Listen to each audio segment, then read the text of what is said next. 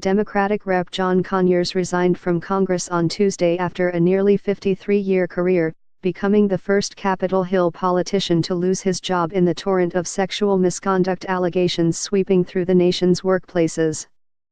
The 88-year-old civil rights leader and longest-serving member of the House announced what he referred to as his retirement on Detroit talk radio, while continuing to deny he groped or sexually harassed women who worked for him.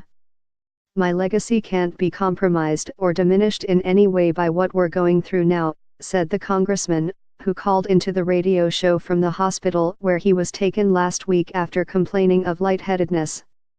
"This, too, shall pass. My legacy will continue through my children." He endorsed his son John Conyers III to succeed him.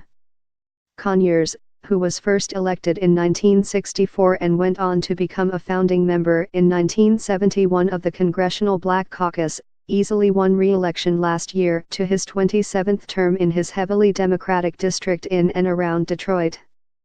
But after being publicly accused by one woman after another in recent weeks, he faced growing calls to resign from colleagues in the House, including Democratic leader Nancy Pelosi.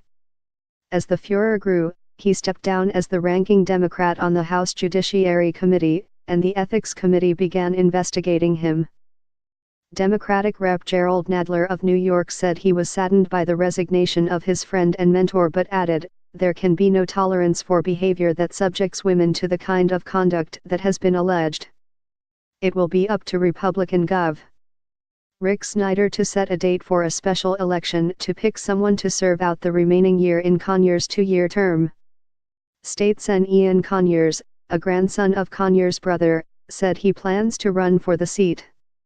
A woman who says she worked for U.S. Rep. John Conyers for more than a decade says he slid his hand up her skirt and rubbed her thighs while she was sitting next to him in the front row of a church. Alisa Grubbs made the allegation in an affidavit released late Monday by her attorney, Lisa Bloom. A woman who says she worked for U.S.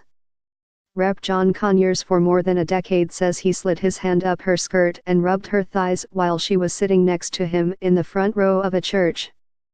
Alisa Grubbs made the allegation in an affidavit released late Monday by her attorney, Lisa Bloom.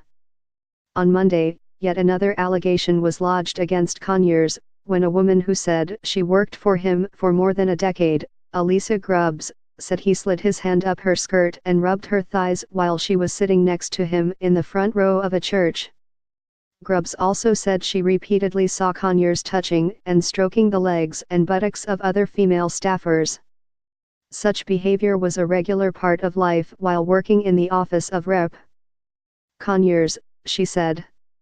Grubbs is the cousin of another accuser, Marion Brown, who reached a confidential, taxpayer-funded settlement of more than $27,000 over allegations Conyers sexually harassed her.